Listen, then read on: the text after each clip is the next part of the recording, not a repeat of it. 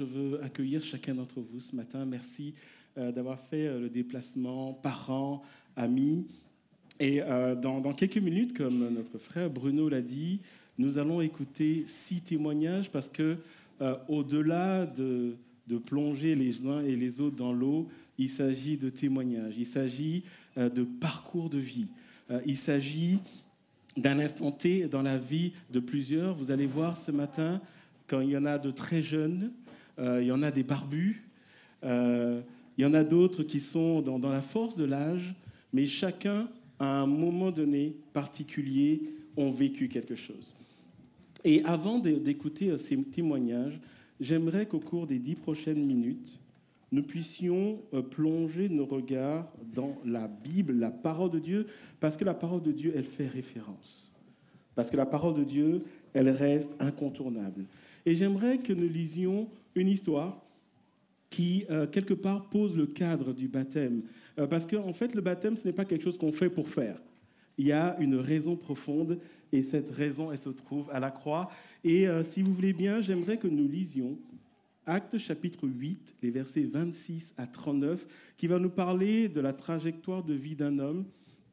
Un homme qui, comme beaucoup d'entre nous, qui n'a jamais tué personne, un homme qui a vécu sa vie, qui travaillait. On ne nous parle pas de sa famille, mais on peut deviner qu'il avait des amis, il avait certainement des parents, mais quelqu'un qui vivait comme vous et moi. Actes chapitre 8, versets 26 à 39. Je fais la lecture et je vous demande de suivre avec moi. Un ange du Seigneur s'adressa à Philippe en disant « Lève-toi et va en direction du sud, sur le chemin qui descend de Jérusalem à Gaza, celui qui est désert. » Il se leva et partit. Or, un eunuque éthiopien, haut fonctionnaire de Candace, la reine d'Éthiopie, et administrateur de tous ses trésors, était venu à Jérusalem pour adorer. Il repartait assis sur son char et lisait le prophète Ésaïe. L'Esprit dit à Philippe, « Avance et approche-toi de ce char. » Philippe accourut et entendit l'Éthiopien lire le prophète Ésaïe. Il lui dit, « Comprends-tu ce que tu lis ?» L'homme répondit, « Comment le pourrais-je si personne ne me l'explique ?» Et invita Philippe à monter et à s'asseoir avec lui. Le passage de l'Écriture qu'il lisait était celui-ci. Il a été conduit comme une brebis à l'abattoir et, pareil à un agneau devant celui qui le tond, il n'ouvre pas la bouche. Devant son humiliation, la justice lui a été refusée et sa génération, qui en parlera? En effet, sa vie a été supprimée de la terre. L'eunuque dit à Philippe, « Je t'en prie, à propos de qui le prophète dit-il cela ?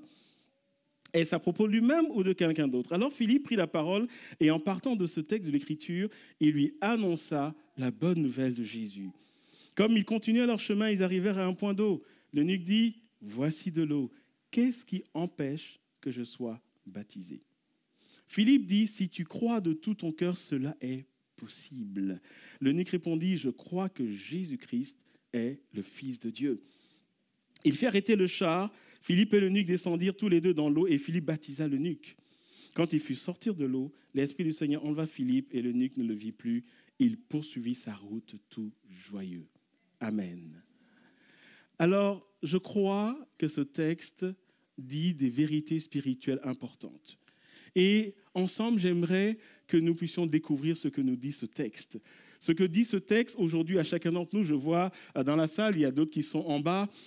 Je vois des grands-parents, je vois des personnes âgées, je vois des personnes dans la force de l'âge, je vois des personnes moins jeunes, des adultes, des enfants, des jeunes, des adolescents. Et la première chose que j'aimerais mettre en relief ce matin et qui est important pour chacun d'entre nous, c'est que cette histoire commence par un rendez-vous divin. Lorsque nous lisons cette histoire, nous voyons que l'Esprit de Dieu dit à Philippe, « Va dans le sud » pour rencontrer quelqu'un. Et nous lisons que l'Esprit de Dieu dit à Philippe, « Approche-toi de ce char. » Vous savez, je ne sais pas quelle est votre perspective de votre présence ici ce matin. Je crois savoir que pour certains, c'est la première fois. Je crois savoir que pour certains, c'est une habitude. Mais que ce soit la première fois, que ce soit une habitude, j'aimerais vous dire que votre présence ici est un rendez-vous divin. Alors, certains croient au hasard. Après plus de 30 ans où Jésus m'a rencontré à titre personnel, je peux vous dire que le hasard n'existe pas.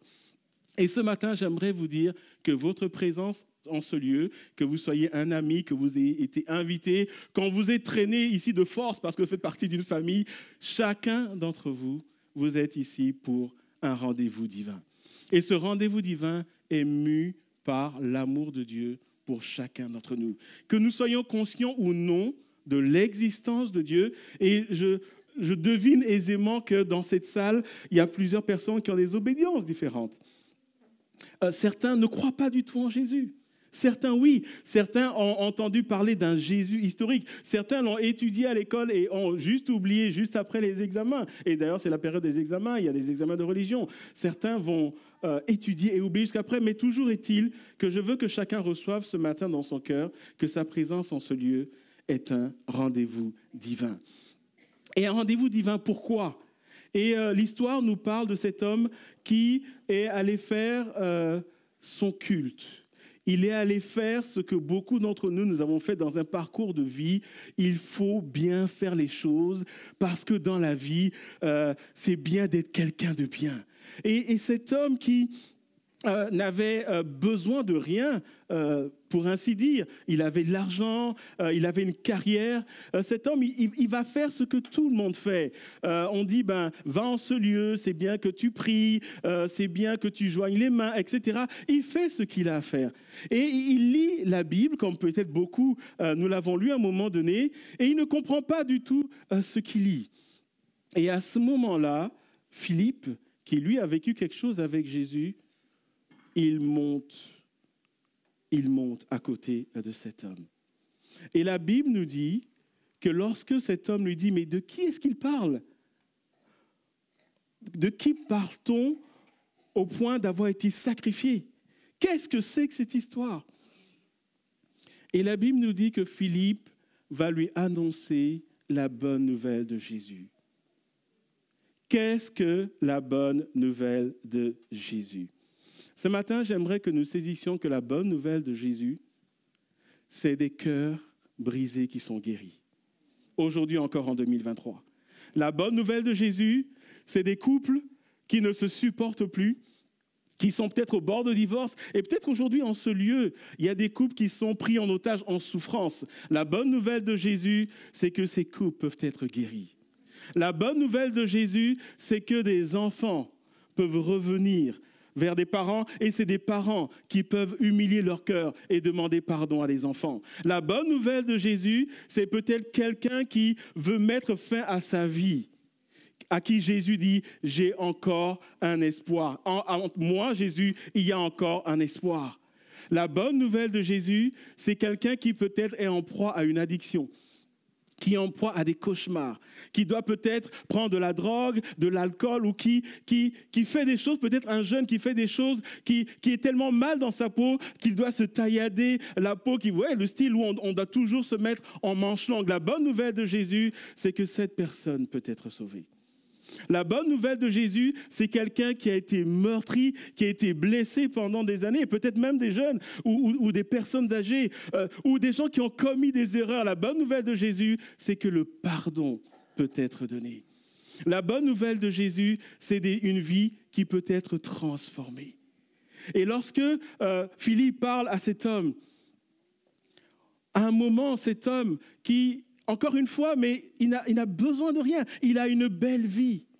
Il est touché dans son cœur.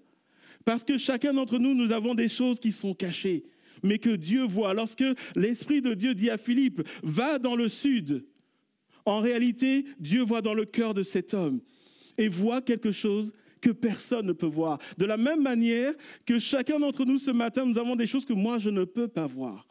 Mais ce rendez-vous divin est là pour dire « Je peux te rencontrer dans ton besoin ». Ce rendez-vous divin, il est là pour dire « Tu peux enlever le masque ». Tu peux faire semblant devant les gens, devant ta famille, tes parents, tes amis, même tes enfants. Mais devant Jésus, tu peux enlever le masque parce que Jésus peut faire ce que personne ne peut faire. C'est pour ça qu'il est ressuscité. Et c'est pour ça qu'il a vaincu la mort et l'enfer. Aujourd'hui encore, Jésus sauve du suicide. Aujourd'hui encore, Jésus pardonne. Aujourd'hui encore, Jésus apaise les cœurs troublés. Et lorsque cet eunuque lui dit, mais lorsqu'on voit de l'eau, qu'est-ce qui empêche? Qu'est-ce qui empêche? Qu'est-ce qui empêche? Et il pose la question, qu'est-ce que je dois faire? La réponse, elle est là. Crois en Jésus-Christ. Je me mets à la place de cet homme qui a fait toute sa vie cartésien, qui a sa vie devant lui, etc., qui a sûrement des gens sous ses ordres, etc. Il lui dit un truc complètement fou. Il lui dit, crois seulement. Et il lui dit pas, écoute, je vais te démontrer comment ça marche. Et on nous dit que Philippe lui a raconté quelque chose. Et on peut deviner que Philippe lui a dit, écoute, moi-même qui suis à côté de toi, il s'est passé quelque chose dans ma vie. Et si tu veux que ça se passe dans ta vie, il faut que tu crois seulement. Il faut juste que tu dises, Jésus, si tu existes, viens toucher ma vie. Et pour terminer mon propos ce matin, il y a quelque chose qui est là où, juste avant de se faire baptiser, il nous est dit que l'eunuque a donné l'ordre de faire arrêter le char. Et ce matin, j'aimerais dire à plusieurs d'entre nous qu'il est temps d'arrêter notre char. Notre char va symboliser notre vie. Vous savez, nous vivons dans un monde où c'est un jour après l'autre. C'est une course, c'est des combats intérieurs, c'est des luttes qui sont là, c'est une histoire familiale difficile, c'est un passé douloureux, c'est quelque chose qui est là. C'est parfois des cris seuls la nuit, c'est parfois des pleurs dans notre sommeil. Et cet eunuque est là et il nous est dit qu'il a donné l'ordre de faire arrêter le char. Ce matin, je veux dire à chacun d'entre nous de la part de Dieu qu'il est temps que nous arrêtions notre char et nous prenons une décision pour l'éternité. Qu'il s'agisse de personnes qui sont là pour la première fois, qui sont complètement étrangères à tout ce que je raconte, à tout ce que nous avons fait ce matin, ou qu'il s'agisse de personnes qui viennent ici régulièrement. Je crois de tout mon cœur ce matin que Jésus dit à chacun, arrête ton char. Arrête ton char. Et vous allez me dire, oui, mais pourquoi faire? Pourquoi tu veux que j'arrête mon char? Arrêtons notre char pour réfléchir à notre éternité.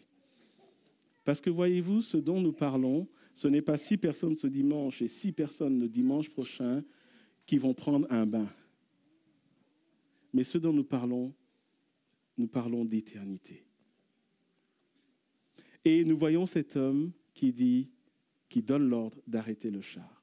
Et ce matin, j'aimerais que chacun, vous et moi compris, nous puissions arrêter notre char.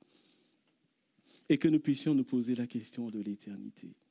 Nous avons chacun un parcours de vie. La vraie question, c'est comment ce parcours de vie terminera?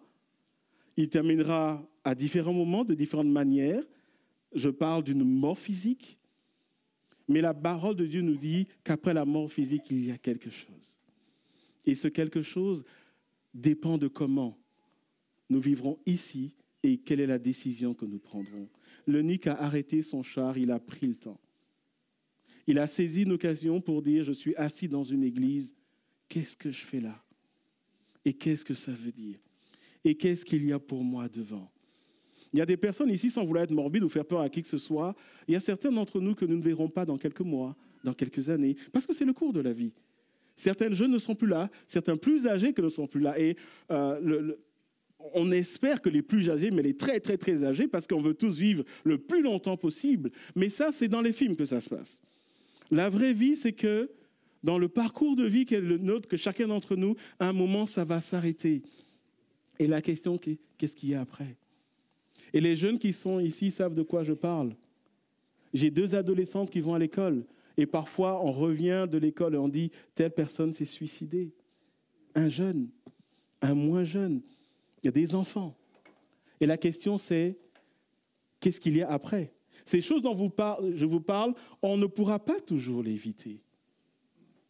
Certes, Jésus veut sauver, mais la question, c'est qu'est-ce qui se passe après? Et là, je ne parle pas de salut physique, je parle du salut de l'âme. Et nous voyons que l'eunuque, il a arrêté son char. Et pour terminer cette histoire, il nous est dit qu'il a poursuivi sa route tout joyeux. J'aimerais vous dire que lorsqu'on rencontre Jésus, on continue toujours tout joyeux. Parce que Jésus fait la différence dans nos vies. Est-ce qu'il y a quelqu'un ce matin en ce lieu, que cette personne ait été baptisée déjà ou pas? Parce que là, il s'agit de chacun d'entre nous. En ce lieu, il y a des gens qui sont déjà passés par les eaux du baptême. Il y a des gens à qui ça ne dit absolument rien. Il y a des gens qui ont eu une forme de baptême qui ne ressemble à rien à ce qu'on va faire ce matin. Il y a des gens qui n'y pensent même pas. Il y a des gens qui sont en ce lieu depuis des années. Mais la question fondamentale est, est-ce que tu as la joie dans ton cœur? Est-ce que tu as la joie dans ton cœur? Et c'est une question que je veux poser à chacun d'entre nous. Une question que je ne pose pas au visage qui me regarde, parce que là, on est tous en mode, on donne l'expression où, au cas où il irait au fond de moi qui ne voit rien. Rassurez-vous, je ne lis pas au fond de vous. Mais Jésus voit dans les cœurs de chacun. Et la question que Jésus pose à chacun d'entre nous, mari, jeune, femme, jeune homme, jeune fille, enfant, est-ce qu'il y a la joie dans ton cœur? Est-ce qu'il y a la paix dans ton cœur? Il nous dit que cet homme, lorsqu'il a arrêté son char et qu'il a dit « je crois en Jésus », en d'autres termes, il a pris une décision pour sa vie. Il ne nous a pas dit qu'il allait démissionner. Il ne nous a pas dit qu'il allait vendre sa maison. Il nous a dit qu'il a poursuivi son chemin, tout joyeux. Et lorsque l'histoire commence, on ne nous parle pas de joie. On nous dit juste qu'il a fait son pèlerinage. Comme beaucoup, nous faisons un pèlerinage. Mais on nous dit qu'il a pris une décision, il a arrêté son char et il a poursuivi sa route tout joyeux. Je devine, et que je l'ai dit, il y a des amis ici, des parents, nous allons avoir une agape après. Après, il y aura la fête. Il y aura de belles fêtes, il y aura de belles photos. Et après, on va rentrer à la maison. Et puis demain, bonne nouvelle, c'est lundi. On retourne à l'école, il y a le blocus pour les étudiants, il y a le boulot pour les autres. Et ceux qui n'ont pas de boulot, c'est une recherche continue de travail. Mais toujours est-il que lundi va venir. Dimanche sera une belle journée, elle est ensoleillée, mais lundi va venir. Mais la question c'est, est-ce que nous partirons dans ce lieu avec la joie? Non pas une joie éphémère, mais la joie que seul Jésus donne. Et la question que je te pose ce matin, veux-tu honorer ce rendez-vous divin? Dans quelques minutes, 6 personnes, la plus jeune ayant 11 ans et demi, le plus âgé, je ne connais pas son âge, mais il frôle la centaine plus ou moins, ils vont chacun passer par les eaux du baptême. La question c'est, mais qu'est-ce qui leur a pris? Ils vont vous expliquer, tout comme l'eunuque éthiopien, qu'à un moment, ils ont arrêté leur char. Et ils vont poursuivre leur route joyeux. Vas-tu poursuivre ta route joyeux? J'aimerais te dire que c'est la raison pour laquelle tu es venu en ce lieu, pour savoir si tu vas poursuivre ta route joyeux. Et alors que nous allons maintenant regarder à ces différents baptêmes, je vous demande de vous poser cette question. Ai-je la paix, la joie et par-dessus tout, ai-je l'assurance que seul Jésus donne? À tous ceux qui ont déjà pris leur baptême, j'aimerais vous rappeler que le baptême n'est pas une fin en soi. À tous ceux qui, à un moment de leur vie, il y a 10 ans, 15 ans ou peut-être moins, sont passés par les eaux du baptême, j'aimerais vous poser la question, où en êtes-vous aujourd'hui et est-ce que vous avez toujours cette joie dans vos cœurs? Parce que tous ceux dont le nom sera inscrit dans le livre de vie, ce n'est pas ceux qui seront passés par le baptême d'eau. Ce sera plutôt ceux qui auront poursuivi jusqu'au bout avec la joie dans leur cœur. Et pour avoir cette joie dans leur cœur, nous avons besoin d'avoir Jésus dans notre cœur. Est-ce qu'on peut juste prier un instant? Je vais juste vous demander de fermer les yeux. Rassurez-vous, ce n'est pas pour vous piquer votre portefeuille, ni pour vous donner une baffe. Mais c'est parce que je veux inviter, que vous croyez ou que vous ne croyez pas, je veux inviter chacun à juste réfléchir un instant. Je sais que nous sommes venus ici pour honorer des personnes qui nous ont invités, pour accompagner d'autres. Nous sommes venus nous réjouir. Je ne doute pas que dans quelques instants, il y aura des cris de joie. Il y aura aussi beaucoup d'émotions. Mais je vous prie de croire que ce n'est pas pour ça que Dieu nous a donné rendez-vous. Ce matin, Dieu a rendez-vous à chacun. Et aux yeux de Dieu, il y a toujours 2 groupes de personnes. Ceux qui ne le connaissent pas et ceux qui le connaissent. Et peut-être ajouter ceux qui l'ont connu, mais qui n'ont pas continué avec lui. Ce matin, j'aimerais que chacun se pose simplement la question. est-ce que je connais Jésus?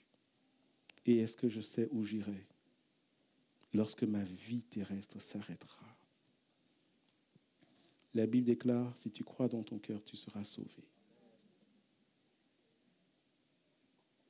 Et si tu es là ce matin et tu as été touché par cette parole, je te demande de venir me voir à la fin de ce culte. Si tu es là ce matin et tu dis, j'ai besoin de cette paix que seul Jésus donne. J'ai besoin de cette joie que seul Jésus donne. J'ai besoin de cette libération que seul Jésus donne. J'ai besoin que mon couple soit guéri. J'ai tout essayé. J'ai besoin que ma famille soit guérie. J'ai besoin de me réconcilier avec mon père, mon frère, ma sœur, mes enfants. Si tu es là ce matin et tu dis, les apparences, je suis fatigué, mais je recherche la paix. Alors sache que ce message est pour toi et sache que de même que l'Esprit de Dieu a donné rendez-vous à l'eunuque, l'Esprit de Dieu te donne rendez-vous aujourd'hui. Le Jésus dont nous parlons n'est pas un Jésus historique. C'est un Jésus qui est bien vivant.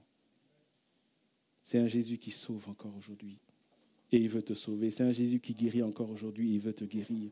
C'est un Jésus qui te dit ta vie a de la valeur. Ne continue pas à te faire du mal. Ta vie a de la valeur. Tu n'as pas besoin de te suicider. Et si vous voulez bien, ce matin, je vais prier. Seigneur, ce matin, dans le nom de Jésus, ce matin, dans le nom de Jésus, je présente chaque âme ici devant toi. Et Seigneur, aucun cœur n'est caché devant toi. Le monde dans lequel nous vivons nous apprend à porter des masques. Mais devant toi, il n'y en a aucun. Seigneur, tu as dit que tu es le secours qui ne manque jamais dans la détresse. Ce matin, je te loue parce que tu écoutes les cris qui sont levés vers toi. Ce matin, merci parce que tu sauves puissamment. Ce matin, Seigneur, merci parce que tu redonnes espoir. Ce matin, merci parce que tu ouvres les bras à ceux qui t'ont connu, mais qui n'ont pas continué avec toi. Ce matin, merci parce que tu te révèles à des personnes qui ne te connaissent pas, qui n'ont peut-être jamais entendu parler de toi autrement que dans des cours de religion. Merci Jésus parce que tu es tellement réel ce matin. Je prie que tu bénisses chaque cœur et je prie que des éternités soient déliées ce matin dans le nom et dans l'autorité de Jésus. Je te remercie Seigneur. Amen.